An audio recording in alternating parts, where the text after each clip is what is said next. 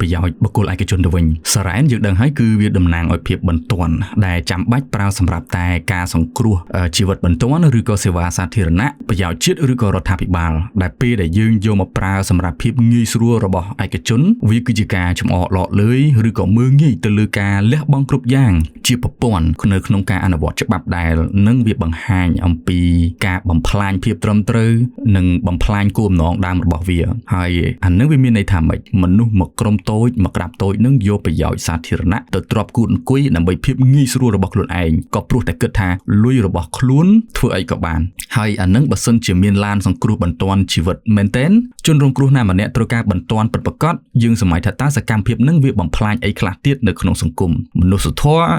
យុត្តិធម៌សិលធម៌ឬក៏សមធម៌នឹងច្រើនចំណុចទៀតនៅពេលដែលមានអ្នករំលោភសិទ្ធិប្រើប្រាស់ឡានសារ៉ែហ្នឹងតើវាមានន័យថាម៉េចឲ្យយើងយល់បានបើយើងនិយាយថាន័យថាម៉េចហ្នឹងគឺអញ្ចឹងលុយវាអាចពុតច្បាប់បានតាមចិត្តប្រជារាស្ត្របាត់បង់សមភាពសិទ្ធិប្រើប្រាស់សម្រាប់ឯកជន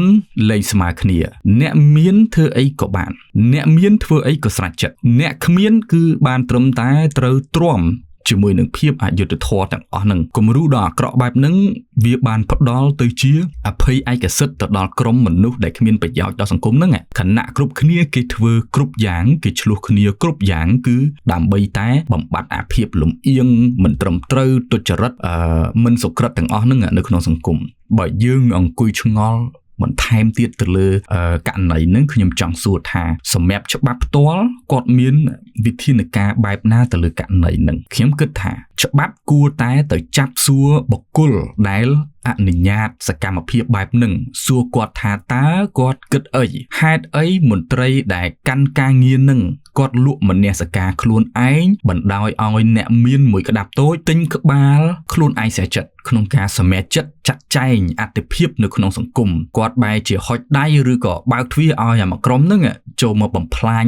សិទ្ធិអតិភិបនៅក្នុងសង្គមពិតប្រាកដយកទៅប្រើប្រាស់ធ្វើអីក៏បានពេលណាក៏បានព្រោះអញមានលុយសកម្មភាពហ្នឹងវាក្បត់រាជវាក្បត់រដ្ឋាភិបាលហើយជាពិសេសហ្នឹងគឺវាក្បត់អាមនសិការសាមគ្គីជាតិហើយសម្រាប់អ្នកទាំងអស់គ្នាអ្នកឃើញស្ថានភាពខ្ញុំក៏ឃើញខមមិនមួយចំនួនគាត់និយាយដែរគាត់ថា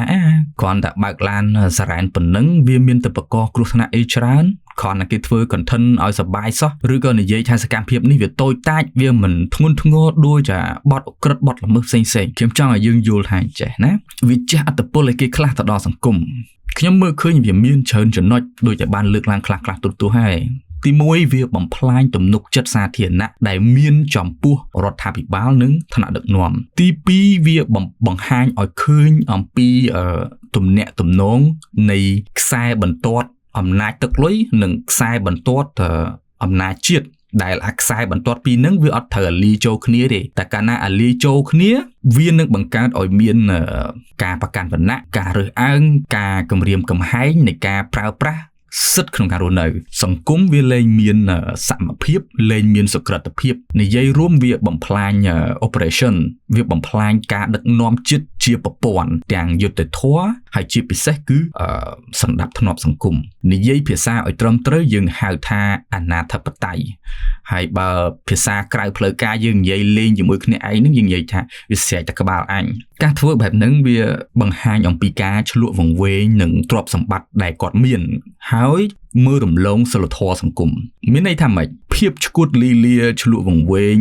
និងភាពមានបានរហូតបាត់បង់សមត្ថភាពមើលលែងឃើញអំពី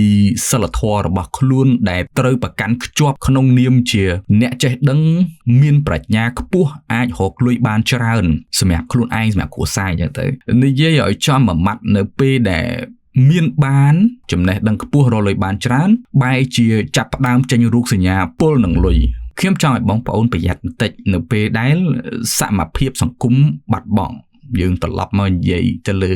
សិលធម៌ឬក៏យុត្តិធម៌សង្គមម្ដងបើសិនជាមានការរំលោភអំណាចប្រើប្រាស់ព័ន្ធសេវាសាធារណៈបែបហ្នឹង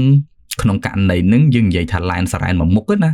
ជាក់ស្ដែងវាមិនមែនបញ្ហាត្រឹមតែឡានសារ៉ែនមួយមុខទេតែកាលណាបណ្ដោយឲ្យមានសកម្មភាពអត់ស្មើភាពអស់នឹងកើតឡើងក្នុងសង្គមកាន់តែច្រើនវានឹងបណ្ដុះខ្លាយទៅជាទម្លាប់នឹងចាក់ស្រេះបង្កើតជាវប្បធម៌ដល់យូរទៅក្នុងនាមជាខ្មែរវប្បធម៌របស់យើងលែងនិយាយរឿងសិល្បៈជំនឿភាសាសាស្ត្រអីទាំងអស់ហ្នឹងឯងតែវប្បធម៌បើយើងនិយាយរឿងវប្បធម៌ប្រកាន់វណ្ណៈឬអើងដូចចំនួនចាស់ដែល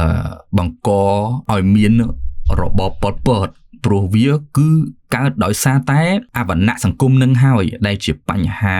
រលួយត្រូវតែវះកាត់ព្រោះនៅពេលដែលប្រជារាស្ត្រទៅសុំយុត្តិធម៌ពីសង្គមអត់មានភាពស្មើភាពអញ្ចឹងពេលដែលគាត់ដាច់ដាបឬក៏ឃ្លានភាពយុត្តិធម៌នឹងខ្លាំងសុំអត់បានទៅផ្លូវត្រង់អត់បានគឺមានតែដណ្ដើមពីគ្នាទៅវិញទៅមកកាលណាតាដណ្ដើមពីគ្នាទៅវិញទៅមកអញចង់បានអានោះចង់បានដណ្ដើមដោយខ្លួនឯងអញ្ចឹងអត់មានអ្នកអាកាត់ដែលជាច្បាប់នៅកណ្ដាលទេវានឹងបង្កើតជាចលាចលហើយនឹងវឹកវរបញ្ហាចម្បងធំបំផុតពេលដែលតារា Facebook លក់អនឡាញមានប្រជាប្រិយភាពគាត់ប្រើអត្តពលប្រជាប្រិយភាពលក់អនឡាញនឹងទៅបង្ហាញសកម្មភាពខុសសិលធម៌រំលោភសិទ្ធិប្រើប្រាស់សេវាសាធារណៈឬក៏ឡានសារ៉ែនករណីហ្នឹងឬអង្គុយលើច្បាប់ងាយៗអញ្ចឹងសួរថាវាកើតផលទៅជាអីបន្ទាប់ទៀតវាខ្ញុំមើលឃើញត្រុសហ្នឹងគឺ5ចំណុចទី1វាបំពុល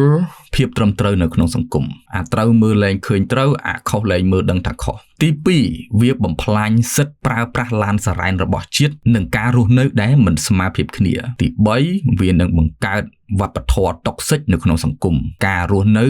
ជាមួយគ្នាលែងចុះសម្រុងទី4វាបង្រៀនក្មេងៗជំនាន់ក្រោយបណ្ដុះជំនឿឲ្យពួកគេទទួលជឿថាភាពក្អេងក្អាងដែល show off ដែលកើតមានពីភាពមានបានទ្រព្យសម្បត្តិដែលខ្លួនមានអាចទិញក្បាលមន្ត្រីស្អុយមួយចំនួនបានយ៉ាងងាយស្រួលទី5សម្រាប់ស្ថាប័នសំខាន់ដូចប្រភេទសេវាសុខភាពឡានពេទ្យឡានសារ៉ែនអីទាំងអស់ហ្នឹងគាត់បាត់បង់សិទ្ធិប្រើប្រាស់ឥទ្ធិពលសារ៉ែនពិតប្រាកដដែលវានឹងបណ្ដុះឲ្យសង្គមបាត់បង់មនុស្សធម៌សម្រាប់អ្នកដែលត្រូវការសង្គ្រោះបន្ទាន់អត្ថប្រយោជន៍នៃសារ៉ែនពិតប្រាកដគឺលែងមានឥទ្ធិពលមនុស្សអាចស្លាប់នៅតាមផ្លូវយ៉ាងងាយស្រួលអញ្ចឹងសម័យថាពេលខ្លះយើងខំផ្ដល់អត្ថភាពទៅឲ្យអ្នកដែលត្រូវការសង្គ្រោះមិនតែដល់ពេលឲ្យយូរទៅវាអត់បានប្រយោជន៍ពិតប្រាកដគេលែងឲ្យដល់ពេលលែងឲ្យអ្នកដែលស្លាប់គឺជនរងគ្រោះជាចុងបញ្ចប់មុននឹងខ្ញុំទម្លាក់ក្បាលមេក្រូឈប់និយាយខ្ញុំចង់បង្ហើបជាចុងក្រោយបញ្ហានេះវាមិនមែនសំដៅចំពោះតែចរាចរណ៍នៅលើដងផ្លូវជាមួយនឹងឡានសារ៉ែនតែមួយមុខនឹងទេវាគឺជាការបំផ្លាញ resource ឬក៏ទ្រព្យសម្បត្តិជាតិដែលជាប្រព័ន្ធហើយបន្តបំផ្លាញជ្រៅទៅដល់ប្រព័ន្ធយុត្តិធម៌និងសិលធម៌សណ្ដាប់ធ្នាប់សង្គមជាដើមពីព្រោះខ្ញុំអត់យល់អីច្រើនទេប៉ុន្តែខ្ញុំយល់បានតែមួយទេបើសិនជាច្បាប់និយាយថារាស្ត្រមានសិទ្ធិស្មើគ្នារាស្ត្រគួរតែមានសិទ្ធិស្មើគ្នា